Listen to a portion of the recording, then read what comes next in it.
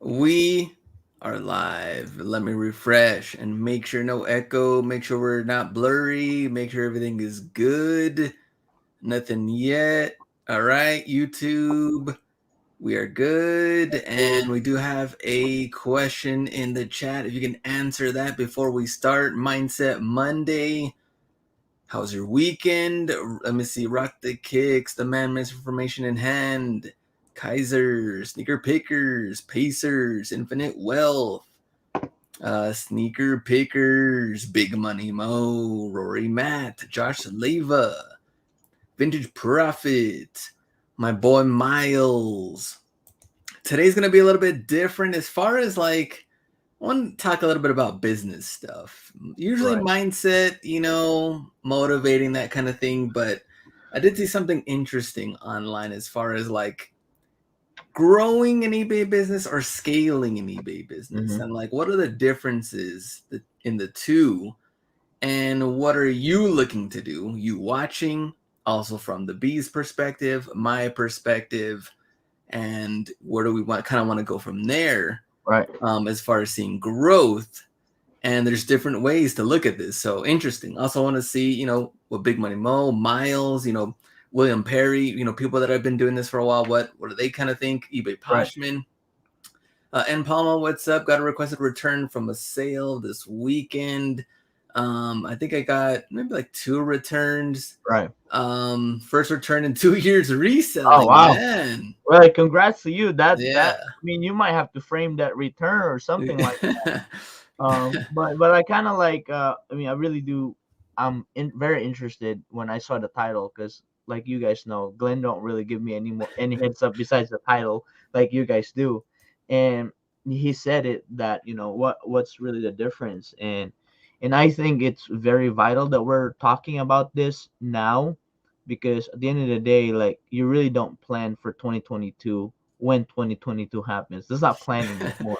Um, and just to kind of like give you a backstory, like me and Glenn had just been thinking about strategies on how we can be prepared for 22, and the talks of are we gonna scale it bigger or grow it bigger in what way, right? Would it be more profits or more volume with lesser ROI?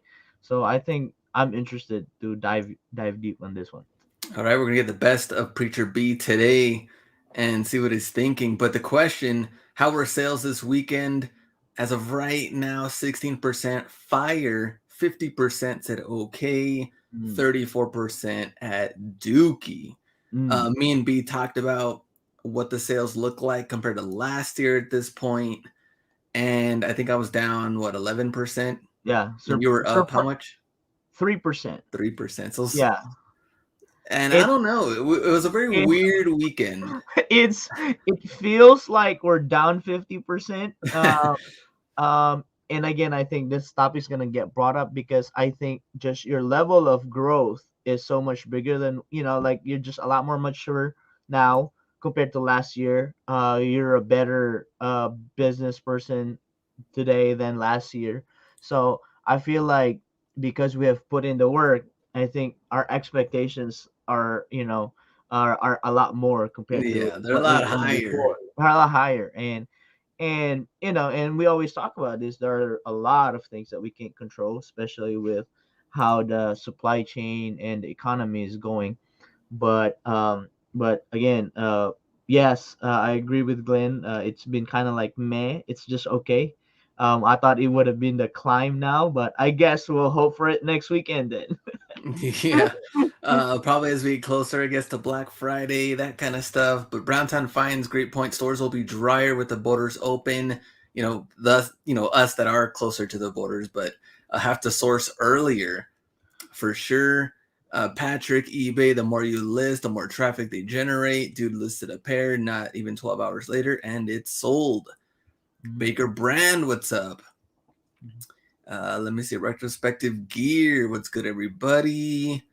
And Mark just passed 50K in 90 days while in high school and sports. Wow, Nice. congrats, congrats. Big But Money Mo. That is a cool thing that you brought up though, because I was thinking about going up and visiting my sister in Canada, and Mm, the borders are open, and I just saw news articles, and I saw like one border was like had 4 hour wait just to get to cross. man. So and also too, the international flights are open, so Hmm. London has been more packed than ever, because of the restriction hold. So I really think what we're predicting, there's going to be a lot more buying, not just from the people within, but the people that are coming in, because of course if we're struggling for supply, I'm sure the countries out there are struggling for supply too. Hmm. So I think it would be very interesting how this plays out the next couple weeks. For sure. As we get closer and closer to December, and now, I mean, time change. Everybody Yeah, I adjusted. Did it feel know, right? good? Man, it's like I was like, I thought I was waiting for like 2 hours for this show to come up, because it was darker, getting darker. So I was Hmm. like, okay, time to go live. And obviously my kitchen clock, my stove clock hasn't, it's not automatic. So I'm like, okay, we're going live in 30 minutes. And then I was like, oh crap, it's still like another an hour and 30 minutes. So Did it throw anybody off in the chat for time change? Or did it help? Unless you're in Arizona, then there is no yeah. time change, which it Oh, stays man. the same. Um, Let me see. Divisor Zero sales this month. Man, it's been busy lately. Gray Stone. I hate it when it gets darker sooner. I know. And also sunlight starts coming up earlier. Mhm. I'm already ready for I'm already ready for bed, Josh Leva. Nice and refreshed with the extra hour for sure. Got a lot done yesterday, so the extra hour did help. All right, let's get started. And growth versus scaling, which is better for you and why? And here we go. So according to this, I don't even know where this article came from, what happened, but I thought it was interesting. I wanted to see B's perspective. I want to see the chat's perspective, and we'll just kind of keep this conversation like so different than Mindset Monday, but growth versus scaling. Growth refers to increasing revenue as a result of being in business. It can also refer to other aspects of the enterprise that are growing, like its number of employees, the amount Mm, of offices, the amount of clients it serves, and these things are almost always linked to growth of revenue. The biggest problem, however, is that it takes a lot of resources to sustain constant growth. mhm. So that's what they're talking about, the growth side. Now, Okay. scaling side, Okay. get this thing up. Here you go. Hold on, let me get this. Okay. Because of costs associated with growth, modern founders have become obsessed with the idea of scaling instead. Key difference with growth is that scale is achieved by increasing revenue without incurring significant costs.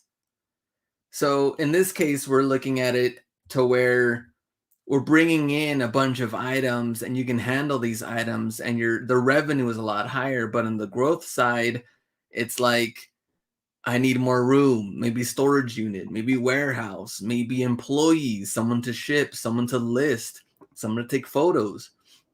It says here the worst way to scale is by just working more hours. Mm, They said you can't 10x the amount of hours you work right. because you're obviously going to run out of time. Mhm. So what I would say examples for business growth is like at some point, Big Money Mo had to decide this is not enough room in my apartment. I Right. need to get a storage unit. Right. This storage unit is not enough room. I need another storage unit. Right. Same thing with getting a warehouse, things like that. There are examples of business scaling, of course, like buying the same niche items in bulk. Mm. The way they use it for eBay is like, let's say you bought Michael Jordan jerseys. You got Mhm. small, medium, large, Mhm. 25 quantity each, and they could all be on one listing, Right. or they could be three different listings, small, Mhm. medium, large, but they're not going to take up more of your time by listing one at a time because they're all Right. so many different Right. one-offs. and So the fact that you're not actually going out and sourcing them, right. they're coming to you. So you're saving a lot of time and effort on that end. Mm-hmm. But of course, it's like, well, how do I get into bulk? Mm-hmm. And they say they also kind of relate to each other because if you also look at business growth as far as opening a storefront, well, then also you can scale by items coming to you if you're like a buy, sell, trade type of thing. Mm-hmm. Mm-hmm. So in that case, people come in with used shoes like, hey, how much you give me for this? Or can I Mm-hmm. trade for something else? So in that case, that's a different way to scale up. Mm-hmm. But here's a question for the chat though. Have you thought of ever opening up a storefront? Yes or no? Some of you, if you already have a store in the chat, then I'm definitely Right. want to know more about it. William Perry, others. Let me see. Have you thought of opening a storefront? I'll put it in the chat in the poll and see what they say. I'm pretty sure everyone gets that question here and now and then from other people, like, oh yeah, eBay store, this. What about creating your own store and things Right. like that? Okay, of opening your own store. Yes, no. All right. B. Let's go to business growth though and go back. We're gonna step by Mm-hmm. step. Right. Right. Right. So let's go to we saw the difference scaling compared to growing. What are your initial thoughts of that first? I th- I think like my overall thought about it is it's easy to say it, right? But it will cost resources, right? That's what it was. And I think both ways I'm gonna highlight that they're gonna cost resources just because it's easier to list because you have 20 items on the scaling part, right? Even though you have a lot of SKU or quantity within a certain listing, um, it looks good on paper because you have a bigger inventory. But the question is how fast is your sell-through rate on that one, right? So Mm-hmm. for example, if an item sells one a day, right, and then you have 30 of them before, if you add 300 of them, that's that's gonna slow your selling rate unless you're selling it for a lot cheaper compared to what it usually sells for. Uh, so I think that's the back end kind of like challenge, right? Is the balance of cash flow slash um, your sell-through rates. This is only if you're bootstrapping your business, like no extra finances, right? I could easily say, like, hey Glenn, can you loan me $1 million? Then I could scale tomorrow. We're not having issues about, if I sell you half of my business for $1 million and then we're partners for the rest of the life of the business. I think that's one way to do that with a lot less risk on your end because now you're sharing the risk on the financial partner. Mm-hmm. But I think the growth part is it's more a lot of the front end uh, strategy is a lot more physical when you said adding more employee, right? Yeah. Um, and a lot of times it would add on to an overhead cost, right? Like a storefront, right? Now, if you had one at home, now you have another store, or if you rent a warehouse, um, that could also be a storefront. Uh, but I think one of the things that I want to point out though is think about this concept. Um, Growth, right? When you said another store, a lot of times we have multiple stores on different platforms, Yeah. right? One of the things that I've done recently was I've put in more time with Poshmark and Mercari because I haven't been sourcing a lot more than what I used to do. So that time I got back, but I've invested it in growth in opening up different stores. So now there's Mercari's a lot more active. I got more inventory there. Uh, I got more items on Poshmark, and also, we could actually go and cultivate another Instagram page that all it does is it's a web store, right? Yeah. True. So I think easily we can say like, oh, it will cost money as far as the growth side will concern, but I think there's a lot more leeway now because of the internet that we can do a lot more as far as growth would concern, and still manage the same inventory. Yeah. Let me go to the chat and Mhm. see. So 33% said yes, thought about opening their own store. 67% said no. And I'm gonna see what the comments say. I do this so I can have more time with my kids. I wouldn't want to be tied to a store, says Faith Mhm. Lopez. We're gonna talk about that. I thought about it, but honestly, the overhead is way too much. Online is way more effective, Rory Matt. Mhm. Big Money Mo, yes, I thought about it, but numbers still don't add up. Right. I think about doing a pop up sometime, sneaker pickers. Mhm. See, my best friend started a buy sell trade store a few months ago. It looks appealing, but I like being online, says Miles. Helps me stay at home more and spend time with the family. And Mhm. so Miles and Faith Lopez both kind of very similar. And that's where I think a lot of people also maybe misunderstand that Mhm. whole, a lot of the reasons why we do this is because of the freedom side. Right. And this allows you more time with your family, not necessarily meaning, oh yeah, I want to, work 80 hours and like Gary Vee says until I'm just a Right. corpse there and Mhm. you want to do other things. Right. Rather just find someone with a store and cosign inventory, says Rory Matt. I think shout That's a out, possibility. there we go. Mobile store would be amazing though, where you can go to venues, be much better paired with online than brick and mortar. Mhm. I want a storage with a storefront where I buy, only open to the public on appointment or 2 to 3 days a week. That's a Vintage good idea. profit. Right. So it's kind of like a little mix. Right. William Perry, my store buys, sells, and trades. Also sell clothes, hard goods, autographed merch, and more. But my two guys really do a lot at the shop. So yeah, and that's the thing. We're gonna get into employees. We'll talk about Mhm. that. So many resale shops opening up. Um, And we know Lindy. We met Lindy Mhm. at, Right. what was the Kansas conference? City. Yeah, Kansas City. So she was opening. It's a very similar to like a Black Friday store. Have you seen that store? Do you guys have one of Oh, those or okay, no? okay, okay, okay. I've seen that. Yeah, so it's kind of like the bins, Yeah. and you go in, and I think like a Monday everything is like $7, and then the next day it's $6, five So we have dollars. that right here because of like Amazon return pallets. Mm-hmm. Mm-hmm. Guys do it in way like they get like 40-footer trucks every day. Yeah. So they have that like this table $5, this table $7, and they're actually at like a mall because of a closed space that they took over.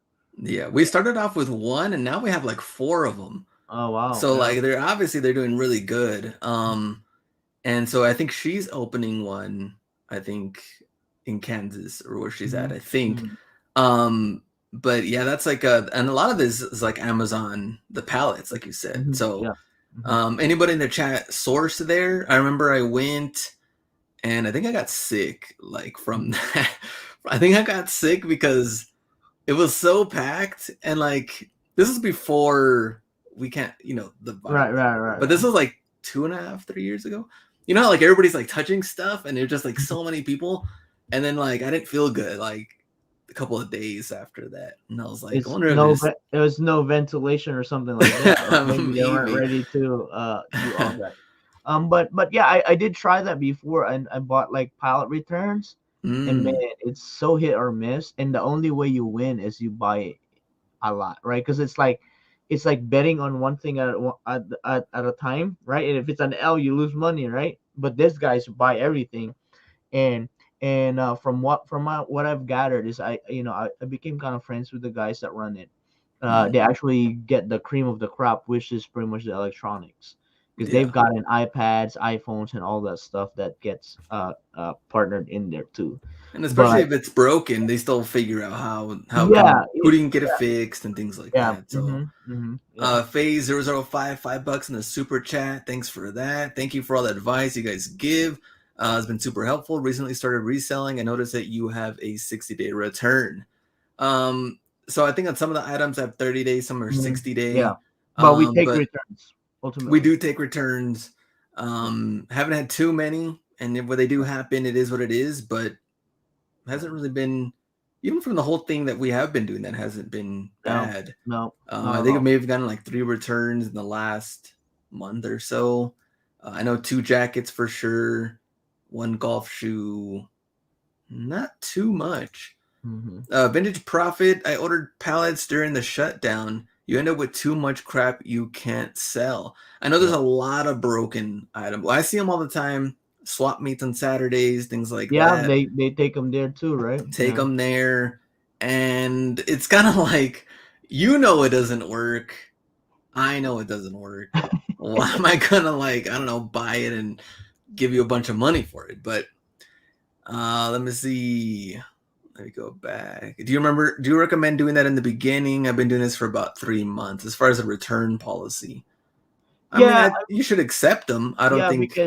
because I think at the end of the day, that's pretty much where the industry is, right? It's hard to, unless you just sell on Poshmark or go right where there's no returns. But I think eBay generally buyers expect returns. Let me see. A source there before total random products, infinite wealth. Sneaker pickers. What would you choose to start a second online store? Poshmark or Mercari?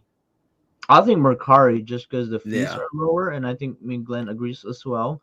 And there's just a lot more option as far as shipping. You can play around with it, and I think it's more of a condensed version of what eBay is. I like it. It's very simple, straightforward. I've never had issues at Mercari. Um, and I mean, I'm liking it. Besides the lack of seller hub features, because it's a mobile platform, I think it's a pretty good second store to open.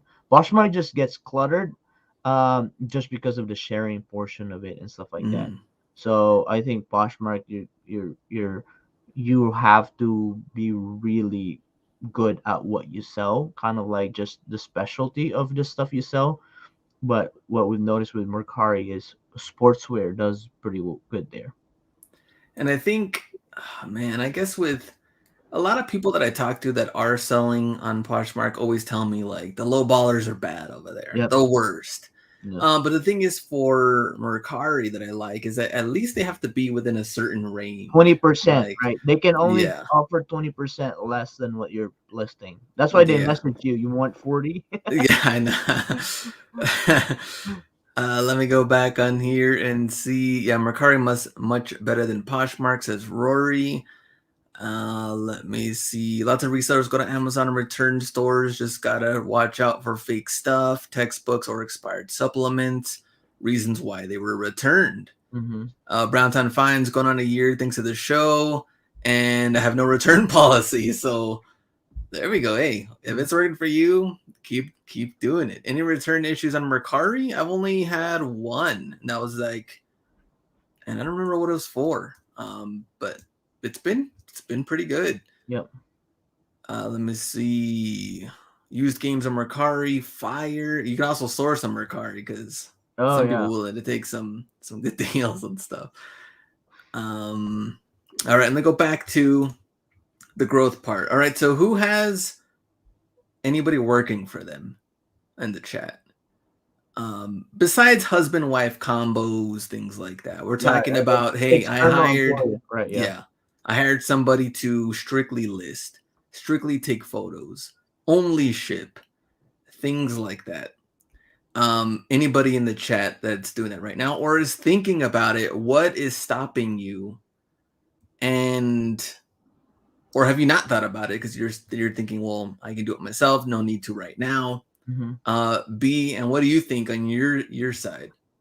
Yeah, I think that's kind of like what I'm leaning towards onto. Having a person that I could rely in as far as shipping, and that could help and put in hours as far as when we're doing inventory checks and listing. So it's more of a trying to find an apprentice, right? Or like a junior you that you can develop and they could take on. So it's kind of like it's growth for the business, but it's growth with a person that helps me. Um, and ultimately, right, we can run all our numbers and stuff like that, but um, the best way to find out is really try. So I think that would be our next few steps in 2022 to hire people that could help us in doing that, so we could focus more on whatever we're trying to get to, as far as if we want to buy more items, travel further to get items, or to actually, you know, move into a bigger space where items comes to us, right? So those are two different things we're considering. I mean, it's easier said than done. The reason why I say this too, of course, B knows this as well, but like at the family business, we've gone through so many different employees that my dad is hired, and then of course the good ones you want to keep them on, but at the Right, same time, everything that's going on right now with inflation and could you know I don't know, like what's a good pay range right. when that comes into play. Minimum wage, people are saying that's gonna, of course, go up. People looking at Hmm. 12, 15 an hour, and how that goes into your business as well. I think it's been at 725 for the longest time, Right. I believe. But even then, what can you really do? I mean, 725. I don't blame them at that point, but at the same time, there's a lot going on to kind of kill that small business because of course someone McDonald's and Right. Apple and things like that, that's not going to hurt them to pay Hmm. them Right. a lot higher. But if you're a small business trying to figure things out still, you're in the growing stage, Right. it's a different story. Hmm. And even if you pay more, it's not necessarily meaning that they're going to work harder either. Yeah. So, Hmm. like what Big Money Mo was saying here, the good ones will eventually leave you. Hmm. It's almost like when a team has a really good season, they try Yeah. to keep their the same coaches going on to the Right. Right. next. And then But they just go for bigger money. well, a crappier team comes along Yeah, and and is like, other. hey, I'll offer your offensive coordinator this much money Yeah. to be our head coach, Yeah. and they take that away. Right. Right. And so that's all part of the business as well. Big Right. Money Mo, I've had drivers for the ice cream trucks before. It sucks. A lot of babysitting depends on the area too. Hmm. Man. Yeah, I think when we talk about that, right, this is where the next level game is. It's if we put it on us in a basketball analogy, it's like now it's time to become a better leader. You just can't be a good player now or a great player. I think which is one of the most exciting part for me is actually helping somebody and mentoring somebody to help us with a business. So I think I see it as that more than just kind of just like an employee, because yes, employees come in and out, but I think if you actually truly make an impact in their lives, I think they're gonna, uh, uh, dream with you, right? If that's what they want to do, or go do their own thing. But I think that's really the hard part, especially in kind of like the climate of economy slash education slash work ethic, right? And I think we've been spoiled for too long that right, there's Uber now, there's DoorDash, right? Because they could technically make the same amount of money, and I own my own time, but right, but so definitely like it's gonna be far and few from between to actually find somebody good, but I think either way it's just set expectations and stuff like that, but ultimately it goes back to our topic, right? And uh do you really want to grow? Do you really Yeah. want to go through all these hoops um, and obstacles that you have to go through to get to the next level, right? I think that's the most important part. Big Money Mo, main issue now is no one minds their business. Workers always look at how much you make and they think they can do better. So it depends on area and business. Hmm. Also, of course, NDAs come into play, and Hmm. Yeah. maybe if you're talking to certain bulk sellers or getting Yeah. things in bulk, so people aren't, stealing your ideas or your Hmm. clients or things like that. So going back to, let's say, the storefront, what's stopping Big Money Mo or Hustle Bee or anybody from becoming like urban necessities or Hmm. a round two Right. or like our buddy Moose? You can Right, right, follow right. Soul Status. He Mhm. opened up in a mall. He was Yeah.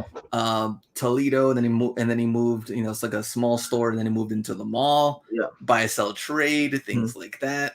But then Mhm. again, if that's what you're looking to do, which we Right. didn't say that's what we necessarily wanted, Yeah. Uh, but I think it's more about like going back to like, is this what you truly want? And I believe that if you want to go in that space, you have to be totally immersed in it. Um, even with my car shop, there were times that I had to help people fix the cars just to get ahead and schedule. And there will be times that somebody calls off that you have to step up, and that's plus what you already do right now, right? Because unless you just automatically get a Nike contract, which is impossible, you still have to worry about the buying, right? I think yeah. that's the biggest part is like, yeah, now the store could possibly potentially bring in a lot more revenue, but what about your supply? So there's two things here, right? There's the selling part and the buying part. Uh, so for me personally, I'm not really, you know, in a my headspace is not there, because I don't want to be tied into a commercial lease or employee or having to deal with certain issues that will ever come up, and it could cost me money. Yes, it can, but it costs money to put it up as well, right? Like you could say like, oh, you're missing out on so much. Yeah, I know I'm missing out on so much because I don't want to put in this much. You're right. Like you get what you put in. That's what it is, right? You if you buy 100 pairs of shoes, put it on the store, whether it goes well or not, it costs you something. So if you make money, the cost you put in, uh, you reap the benefits, right? But the cost that you put in, if those things don't move and don't make money as you expected, and the overhead expense is more than the profit, it did cost you something. You failed. So I think I'm more interested in trying to find ways to leverage off of the online selling, which all of us love because there's not much overhead. So I think bringing in an employee, trying to expand or grow more in an online space where we could probably just pay fees per sale, right? We pay percentage of sale, uh, is a lot more uh, interesting to me because that's where everything's going to be. Next thing you know, the next generation is going to be shopping on VR. How's it going to look like? And I think the store is more of like you got to build a community around it. You got to actually have followers for that store, uh, to loyal customers, pretty much, or else you're just gonna be going back in time. I understand that people want to go and shop in store, but but there's only a percentage of people that actually want to do that. A lot of the percentage of people are moving in time. So maybe VR selling would be next, Glenn. Very true. I mean, thrift and flip location and traffic, obviously. So that's a huge deal. I mean, on El Paso, it's just everybody wants a deal and everything. It's Mm-hmm. very difficult to, I think. I mean, if you're looking at, or round two is urban necessities, obviously. I mean, Las Vegas, people, when you're going to Vegas, you're looking to spend money. You're going to be Uh-huh. gambling. You're going to be eating well. You're going to be doing all these things. So, of course, you're probably going to overpay for shoes that you haven't seen in your, city. And you're like, you know Mm-hmm. what? I'm here. I'm enjoying it. I'm going to spend this money. Why would I spend it on StockX and wait Yeah. two, So, 3 weeks mm-hmm. for it to come Yeah. in and pay fees and all that anyway?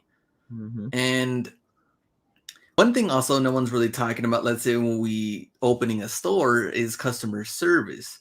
So Yeah. now on eBay, go and StockX, it doesn't exist. You Right. don't have to respond to anything. You don't have to do anything. Yeah. Send it away. You're done. Mm-hmm. eBay, Mercari, you have to answer messages. Like we Mm-hmm. talked about returns, maybe some people looking to send best offers, things like that. So you're engaged in that, Mm-hmm. but you're not like Face to face. you're not face to face with somebody either. Right. So you just get to type away and Yeah. figure out a resolution You could somehow, be some way. you could be as formal as you want typing, but face to face, you gotta look good, you gotta dress good. And also too, when you're operating a store, right? It's either you're gonna look apart like you're part of the community or the culture, right?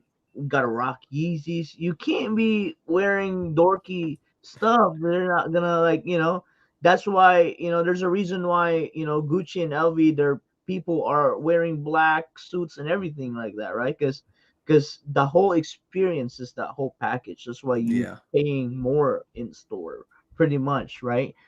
So how is that? And I cannot live the fact that I'm just gonna hire a bunch of sneakerheads without proper customer service and just throw them in there and just like, hey, sell shoes, right? Like Yeah. I'm not built like that. I would definitely have to invest time in treating and training them how to treat your customers, because at the end of the day, you're not the face of the business anymore. There's a lot more faces in the business. Yeah. One guy does something, pisses a customer off, does something wrong. Next thing you know, they just post on Facebook, and then now you're gonna do damage control. I remember at Foot Locker, I mean, those two different workers had totally different way of approaching customers, and one of them was like, I remember I think the mom was asking like, "Can we get a size 8 in these?" And then he Mm-hmm. was like, because he brought out I think like two other pairs, Uh-huh. and when you're making that, Yeah, yeah, that's already like that's yeah. already a bad sign. It's like Right. you're at work, this is what they're asking for, this is a customer. On the other side, this worker is super, and he got the sale too, super smart.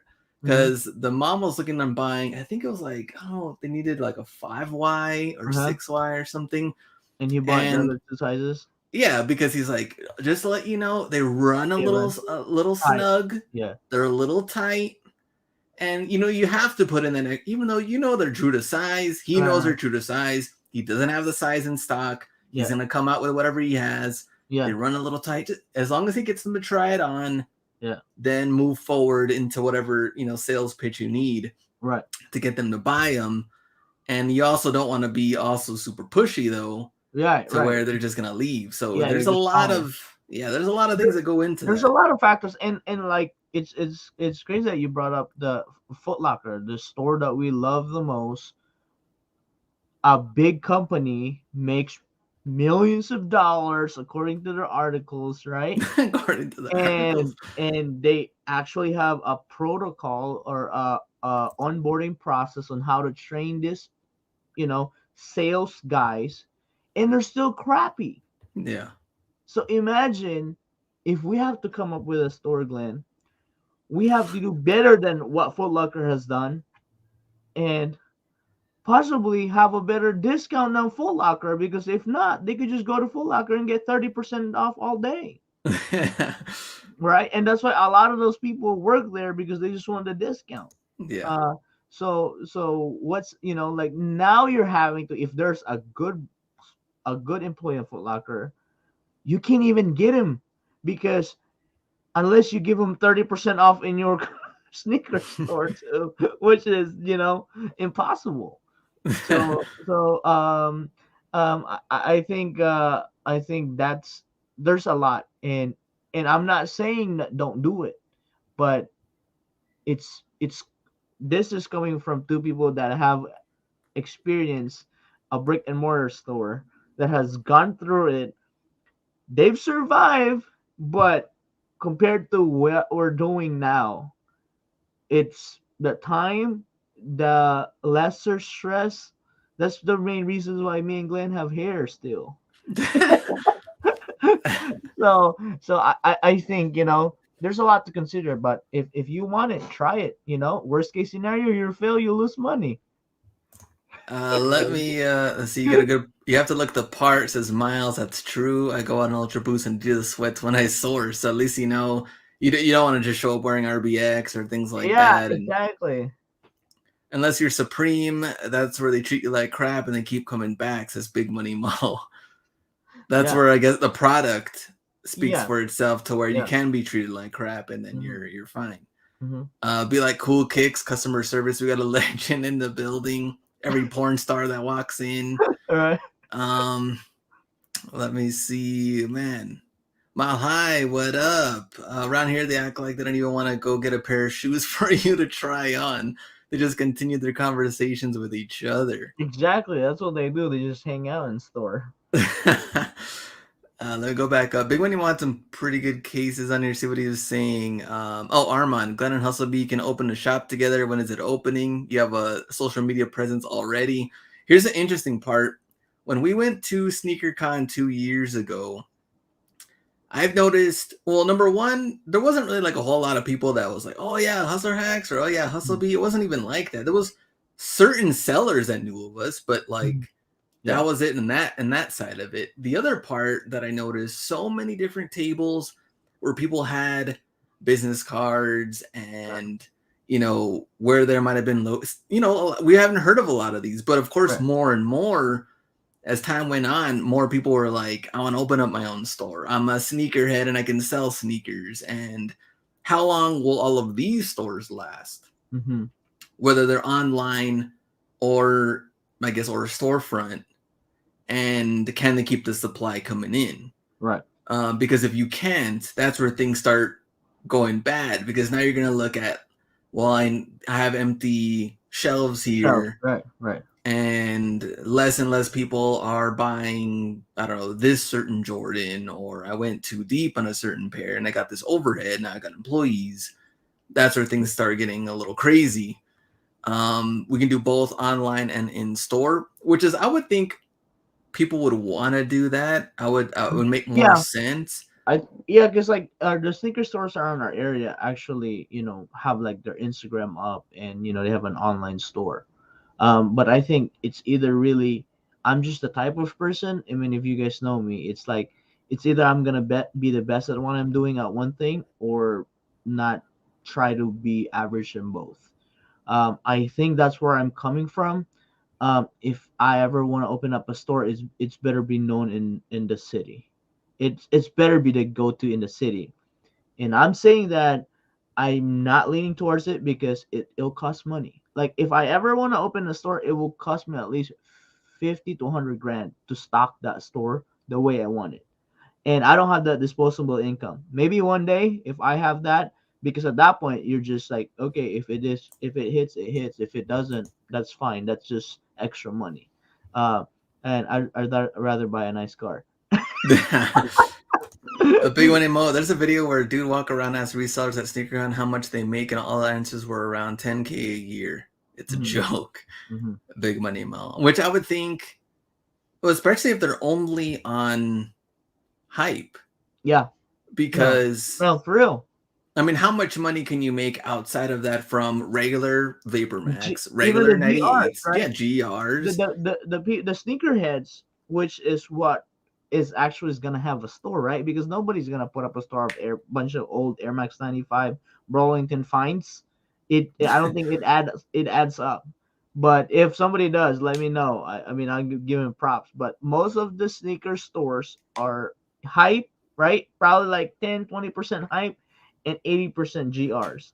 And then those GRs are a lot of times, I've spoken to a lot of owners, are like break even or $5 to $30 profit because they just want the foot traffic, which Yeah. is smart. That should be your thing. But you better know how to get hype because that's where you make the money. And if you don't get hype, you're you're making minimum. Yeah. Man, that was so one example I was going to tell you is that we had a store here. Man, it was maybe like 3 years ago, and super cool guy. I don't even know this existed. I saw a Facebook ad, and these two guys, they opened up a kind of like a vintage type of store. They had Kind of like a round vintage two. tees, yeah, Yeah. kind of like that, but they're just starting out. Their IG, very low. They're just trying to get things going. Pretty good space. There's like a Best Buy around there, Target, things like that. I was like, man, a pretty good area. Didn't really have a whole lot of things to buy, um, and the prices were okay.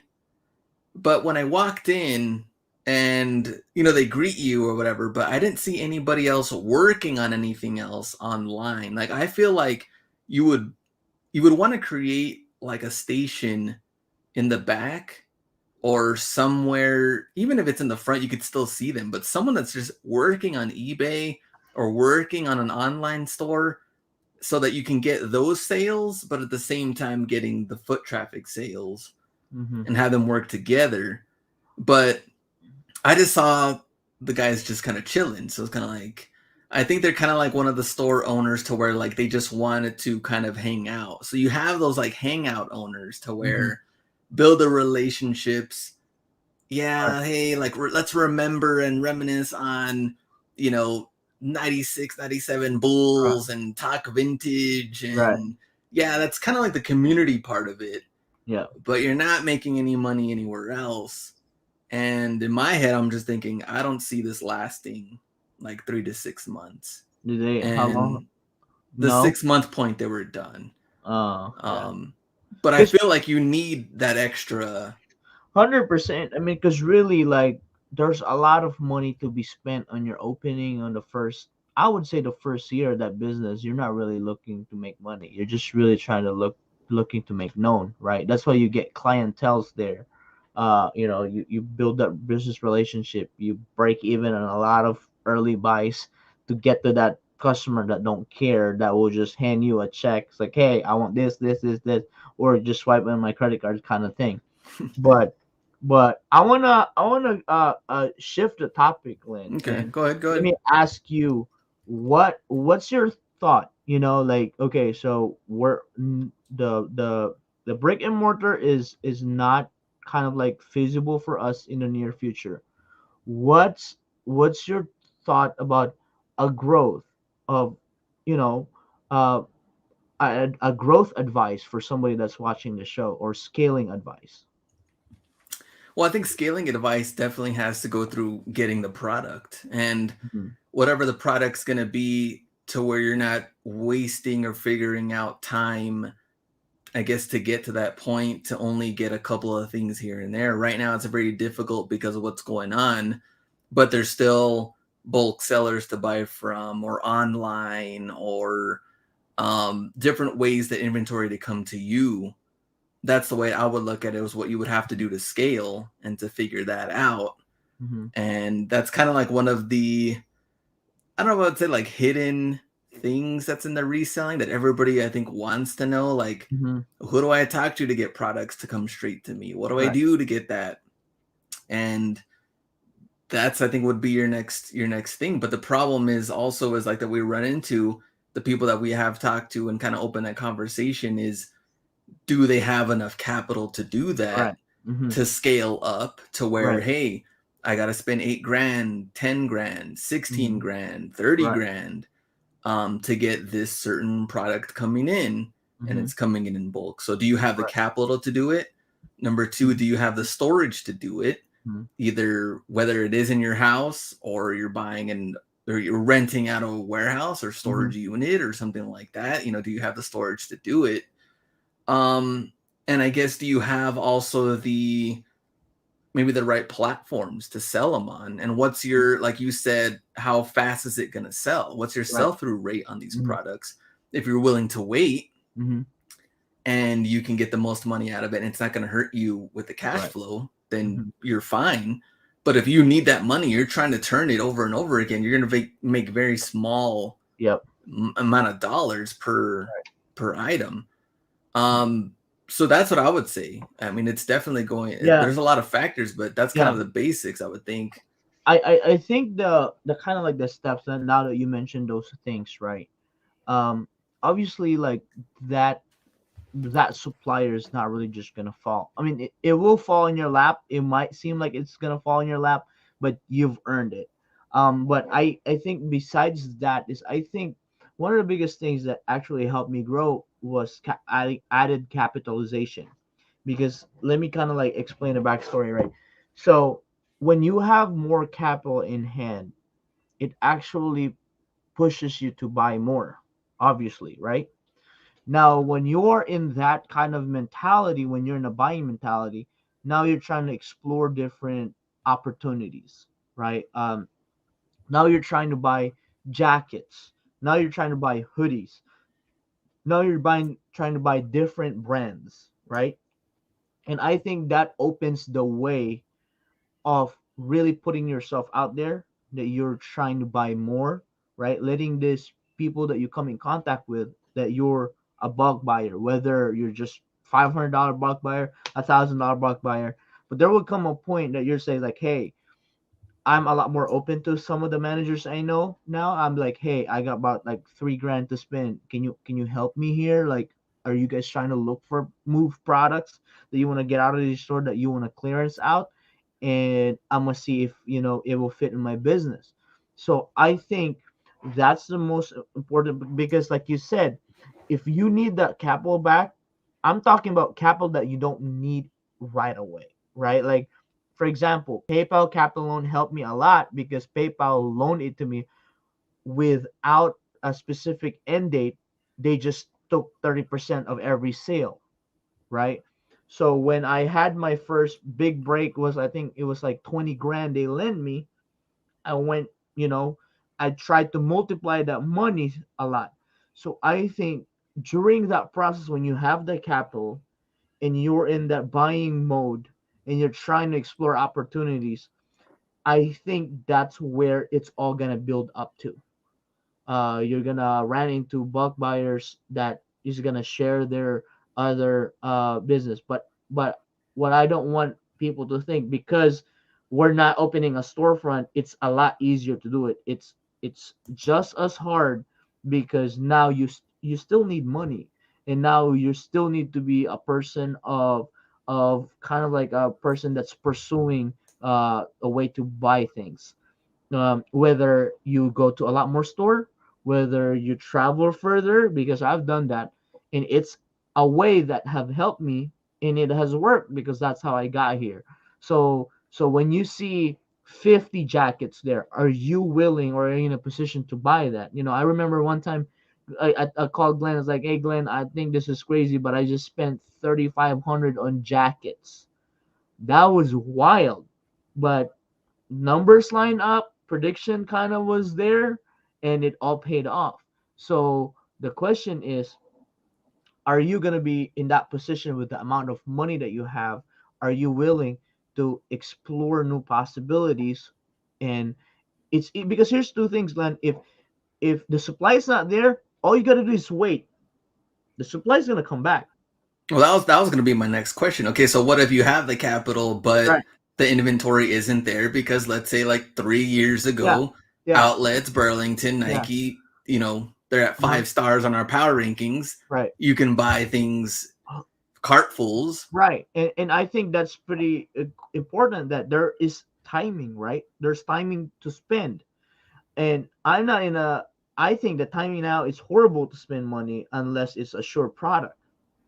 But what you got to do is 2018 and 19, that's where we spent ridiculous amount of money where, it was ballsy to a point that I was like, man, this is wild, but it paid off because it was the timing was buying.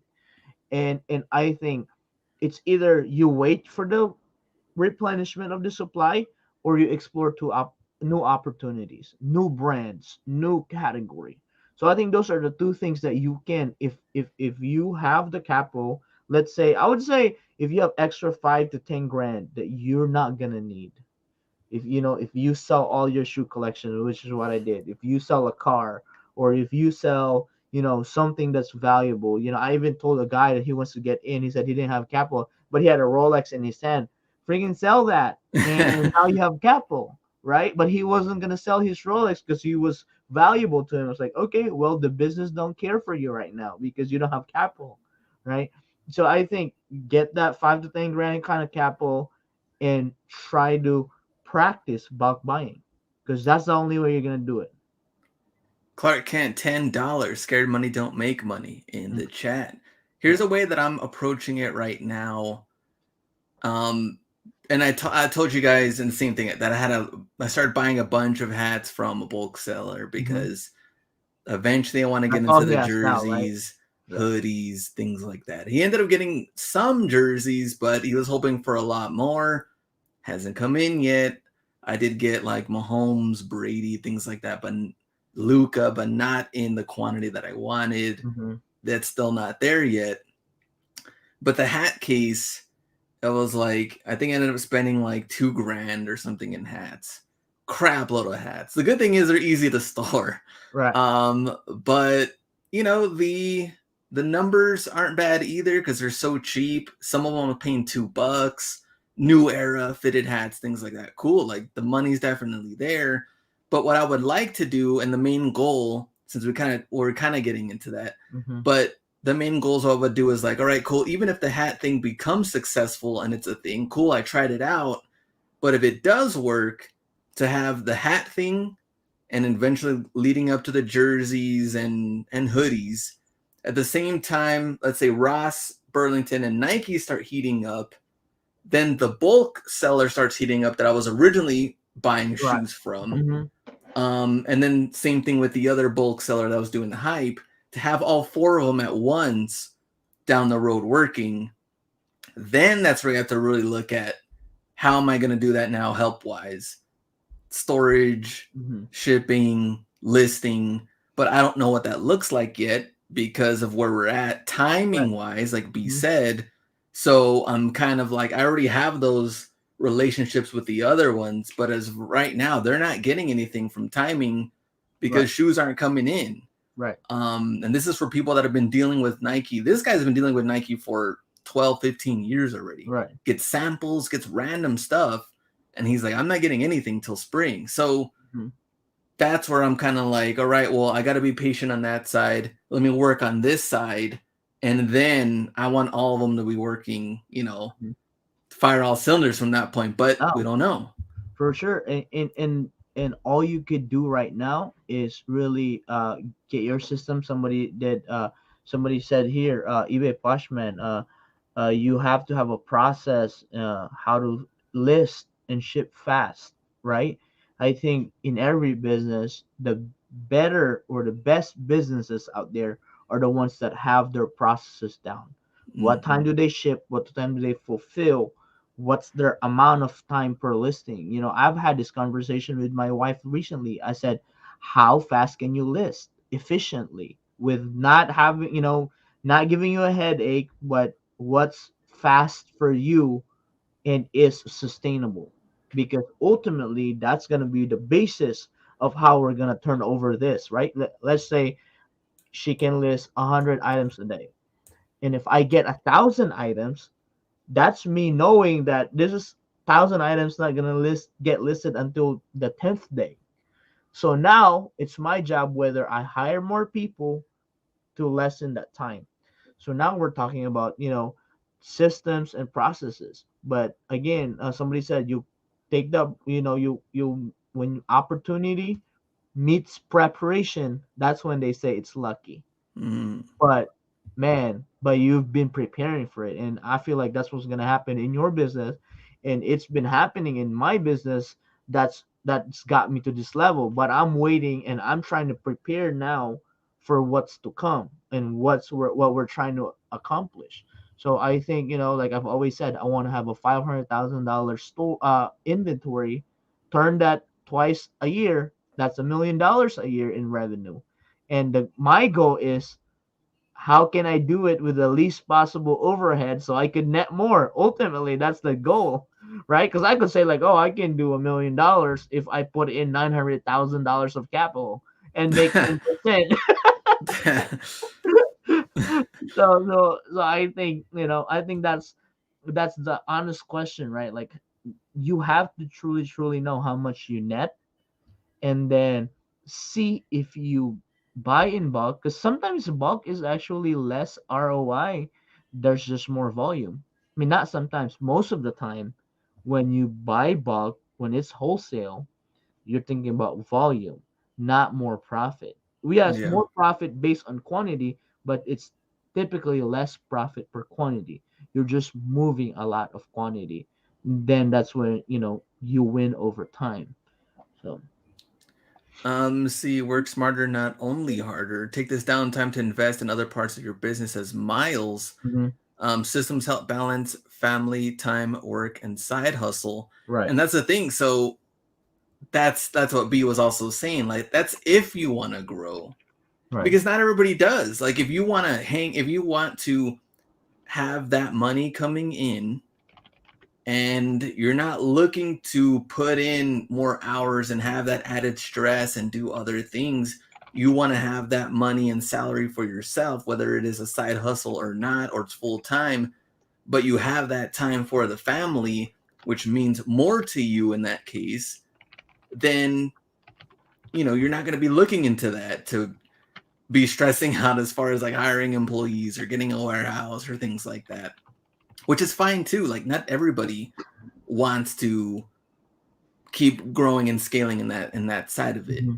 One of the questions, now we're kind of shifting again, but it's because one of the you're talking about you wanted $500,000 inventory, things like Mm-hmm. that. So when we were done with the live with Big Money Mo, someone had left a comment. Okay, Big Money Mo has inventory and stuff in his. He started off an apartment. He's still in an apartment, but has storage units, but doesn't have any property. So my question is, if you have 500,000 in inventory, would you look into getting into something different as far as like getting a house or Mm-hmm. purchasing a house, owning a house or Right. property, getting into a second, renting out the first one, Yeah. getting things like that? Because that's where I'm trying to figure out Mm-hmm. is like, yeah, that's, the shoes, things like that, money's Mm-hmm. coming in, but I feel like the property game is Right. somewhere that I could get into because I'm not that far away from having zero payments in this house Oh, I thought and you then were getting saying into another you're one. not that far away from retirement or something. No, no, it's gonna take a long time. But I'm trying to figure out like, Right. should I move into a second house and then Yeah. this one's paid for, done, I can rent that one out and Yeah. do the property stuff. But Mm-hmm. that's also something I would have to learn. Like, Mm-hmm. I don't Yeah. know that side of it. Right. I mean, and I think that's, it's kind of like the more transparent way of making an income that you're not really hustling the way you have been earlier in your life, right? Is having rental properties, right? Or having stock market dividends that you could just live off of that. Or some people just move into a cheap country, like I could go back to the Philippines and live like a king with, with less income, right? Or I could be a traveling nomad where I could be a backpacker and I could just, uh, live in a tent. And, I think ultimately that adds up to it, right? Like imagine, right? Like imagine in the end of, in 20, 30 years we have 10 properties, and next thing know, we want to do is live the most simplest life and not have to worry about those things. So I think, that's the question. And there's I mean, that's the $1 billion question of ultimate happiness, right? Like what actually truly makes you happy in the end.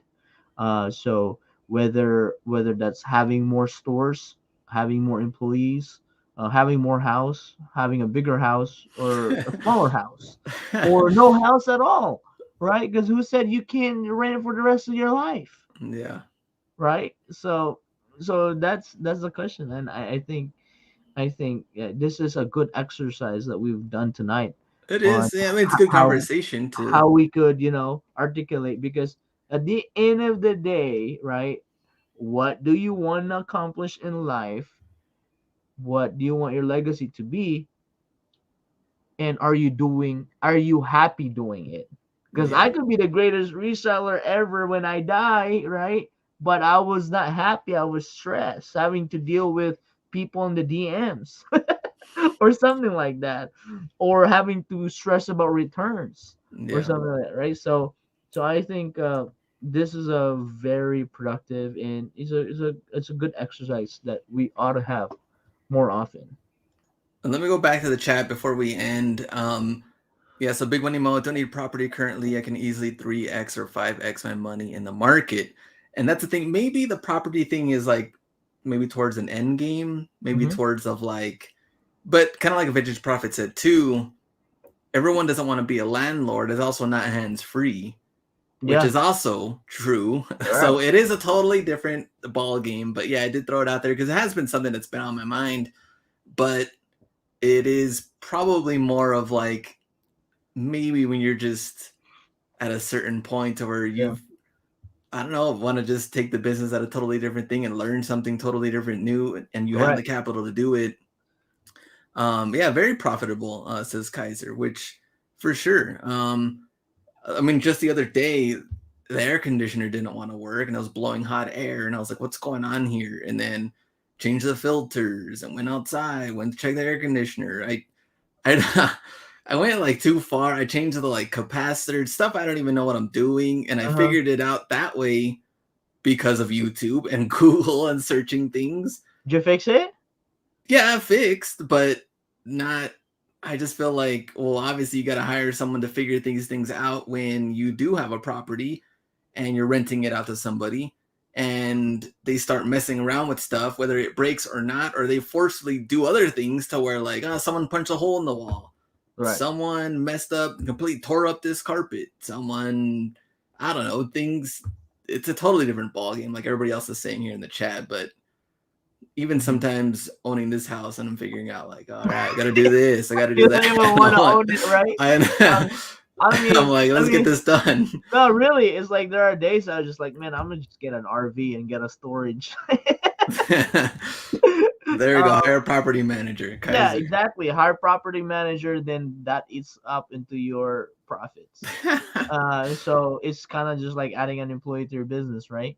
Um, but again, I think we have to learn from the people that we're close with, right? Like Fate Lopez, grandfather owned 25 rentals, discouraged her. So uh, Oh man, the 25 rental properties. yeah, 25 rental properties. So there's a lot to it, right? And again, if you're just trying to get money, there's a million ways to get money. But I think the question is again is what truly actually makes you happy and makes you wake Mm-hmm. up every day happy to do the work that you do. And who knows, one day or a few, you know, uh events in my life, I could start waking up grumpy about reselling anymore. And that will be the True. moment that you won't see Hustle be reselling anymore, and he will be a YouTuber or something like that. Car Uh, YouTuber. yeah, a car YouTuber. Like like I keep my options open, and there's a lot of things I want to pursue, but I don't want to pursue all of them at the same time because that's a recipe for disaster. Very true. Be good at one thing at the same at a time at a certain period before you actually commit to yourself to doing something else again.